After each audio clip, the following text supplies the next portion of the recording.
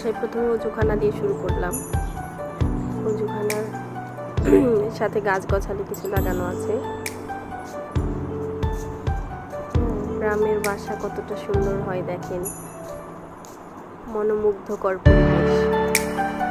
বাচ্চাদের দোল খাওয়ানোর স্থান এটা। দোলনায় দোল খায় পিচ্চিরা,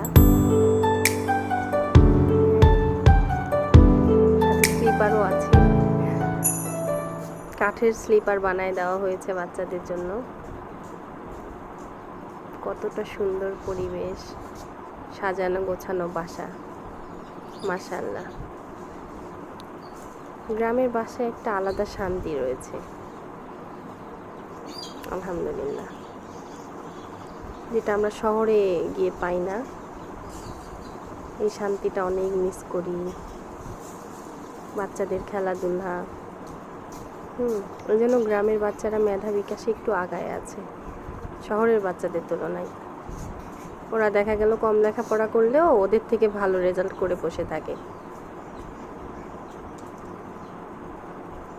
দৌড়াদৌড়ি করে দোল খাওয়া যায়, এখানে স্লিপারে ওঠা যায়, যদিও আমাদের এক্সট্রা করে নিয়ে যাইতে হয়। আর এদের একটু বুদ্ধি খাটাইলে অনেক কিছুই করা সম্ভব, মাশাআল্লাহ।